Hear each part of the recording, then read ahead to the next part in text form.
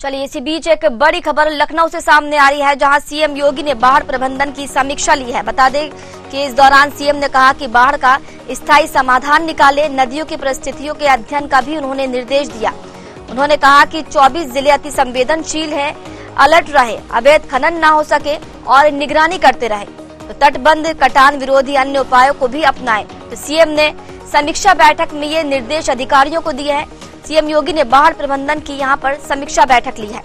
तो देखिए, मुख्यमंत्री योगी आदित्यनाथ ने बाढ़ समस्या के स्थायी समाधान के लिए नदी के स्थानीय परिस्थितियों के अध्ययन के निर्देश दिए और बाढ़ संबंधी परियोजना की समीक्षा करते हुए उन्होंने कहा कि जहां कहीं नदी के मेन स्ट्रीम में सिल्ट की अधिकता हो, नदी उथली हो, वहां ड्रेजिंग को प्राथमिकता दी जाए और नदी को चैनलाइज किया जाए। चलिए, इस खबर पर ज्यादा जानकारी लेंगे। हमारे साथ लखनऊ से ब्यूरो हेड प्रशांत राव जुड़ चुके हैं। प्रशांत, बाढ़ प्रबंधन की समीक्षा बैठक यहां सीएम योगी ने ली है, क्या कुछ जानकारी निकलकर सामने आ रही है? भी आपको बता दूं, उत्तर प्रदेश के मुख्यमंत्री योगी आदित्यनाथ ने बरसात से पहले उन्होंने बाढ़ प्रबंधन को लेकर अधिकारियों के साथ बैठक की है और इसको लेकर उन्होंने कई अहम दिशा निर्देश दिए हैं, क्योंकि एंड टाइम पर जब ये बाढ़ आने की संभावनाएं तेजी से बढ़ जाती है, बरसात होने लगती है, तब ये तैयारियां होती है। लेकिन मुख्यमंत्री योगी आदित्यनाथ अपने कार्यकाल में सबसे पहले बाढ़ प्रबंधन को लेकर उन्होंने काम किया है।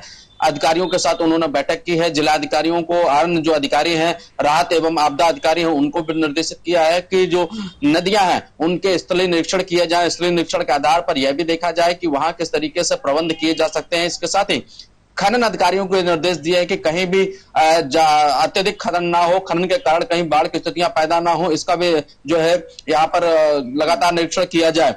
24 जिले जो यहाँ संवेदनशील माने गए हैं, जहां अक्सर जो बाढ़ की समस्याएं बनी रहती हैं और यहाँ फसलों का बाहरी नुकसान होता है, जन धन और पशु, और इसके साथ अन्य तरीके की जो यहाँ पर औषधियां होती हैं वो नष्ट हो जाती हैं। तो ऐसे में मुख्यमंत्री योगी आदित्यनाथ ने इन सभी विषयों पर बिंदुवार ध्यान रखते हुए अधिकारियों को दिशा निर्देशित दिया है। वहीं अवैध खनन पर रोक लगाने को लेकर भी मुख्यमंत्री योगी आदित्यनाथ ने खनन अधिकारियों को दिशा निर्देश जारी किए हैं। तो वहीं डीएम और एसपी को भी घटना मतलब जहां भी इस तरीके की गतिविधियां होती हैं वहां निरीक्षण करने को लेकर आदेश दिया। इसके साथ अधिकारियों से कहा है कि जो नदियां हैं उनका स्थलीय निरीक्षण करते हुए अगर वहां पर नदियां उथली हुई हैं या सिल्ट सफाई की व्यवस्था करनी हो तो वह सब जो है ड्रेजिंग की व्यवस्था वहां कराई जाए। इसके बाद तटबंध किस प्रकार से मजबूत है, वहां उनका कटान रोकने को लेकर क्या और तैयारियां की जा सकती हैं, उस पर भी विशेष फोकस रहे और उनकी व्यवस्थाएं पहले से सुनिश्चित कराई जाए, ताकि आने वाले समय में जो स्थानीय नागरिक हैं उनको किसी परेशानी से बचाया जा सके। मुख्यमंत्री योगी आदित्यनाथ ने यह समीक्षा बैठक करते हुए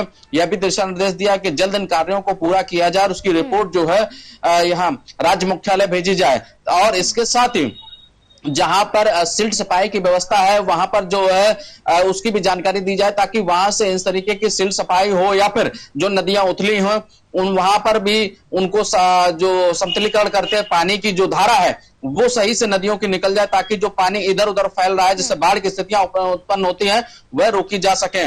वहीं दूसरी ओर जिस तरीके से अवैध खनन करने वाले जो माफिया होते हैं वो अवैध खनन करने से यहाँ पर जो भारी नुकसान पहुंचाते हैं और जो पानी की धारा होती है वो ग्रामीण इलाकों की तरफ मुड़ जाती है, क्योंकि जिस समय जो बालू है या फिर जो यहाँ पर मोरंग है, यह जो खनन होती है इससे सबसे ज्यादा जो भूमाफिया होते हैं वो तटबंध के किनारे की बालू और मोरंग को उठाते हैं, जिससे जो पानी की रोक होती है ना, जिन्हें कहा जाए कि जहां से पानी ग्रामीण क्षेत्रों को जाने से रुकता है उनकी खनन ये लोग सबसे सर्वाधिक करते हैं।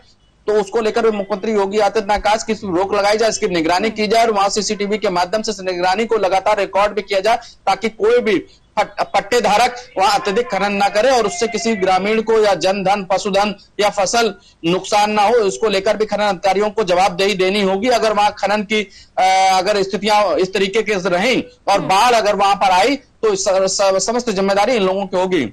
बिल्कुल, यह भी निर्देश जारी किया गया है कि ग्रामीण क्षेत्रों में जाकर स्थानीय प्रबंधन को लेकर विशेष ध्यान दिया जाए कि बाढ़ को कैसे रोका जा सकता है। जो छोटे छोटे वहां से जो उनकी उप नदियां हैं या फिर जो नहरें हैं उनमें पानी सुचारू रूप से जाए, उनकी भी सफाई समय से करा ली जाए, ताकि जो ओवरफ्लो पानी हो वो इनके माध्यम से अन्य जगह तक पहुंचाया जा सके और सिंचाई की भी सुविधा बनी रहे और बाढ़ भी रोकी जा सके। बिल्कुल प्रशांत, समय से पहले ये सब तैयारियां करना बेहद जरूरी है, क्योंकि हम देख रहे हैं कि सर्दी चली गई है और अभी बारिश का सीजन आया नहीं है, गर्मी आने वाली है। लेकिन उत्तर प्रदेश की अगर हम बात करें तो हल्की से मध्यम बारिश वहां पर लगातार देखने को मिल रही है और अभी भी जो मौसम है वहां पर बिल्कुल ठंडा बना हुआ है, तो ऐसे में तैयारियां वाकई बहुत जरूरी है, समीक्षा बैठक भी बहुत जरूरी है।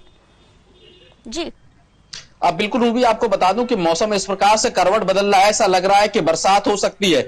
लेकिन देखिए, बरसात भले ही दूर हो, लेकिन तैयारियां पहले से होना शुरू हो जाती हैं, तब जाकर कहीं धरातली स्थली पर इनकी जो स्थितियां साफ दिखाई देती हैं। क्योंकि जिस समय बरसात होने लगती है उस समय सिल्ट सफाई होती है, तो ऐसे में सिल्ट सफाई में बड़ी घोटालेबाजी होती है।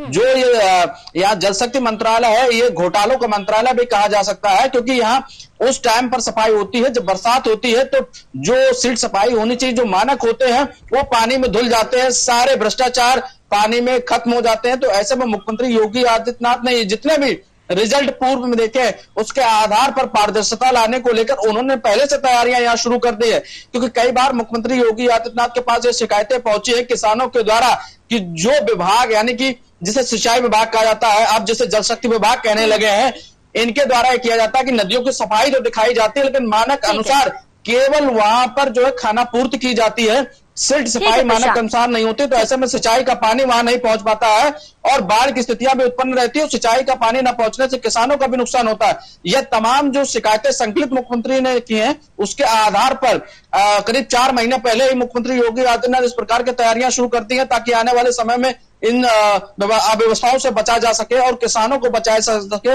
और फसलों को बचाया जा सके। और सबसे महत्वपूर्ण है कि यहाँ पशु हानि भी बहुत मात्रा में होती है और जो लोग मत्स्य पालन कर रहे हैं उनको भी काफी नुकसान होता है।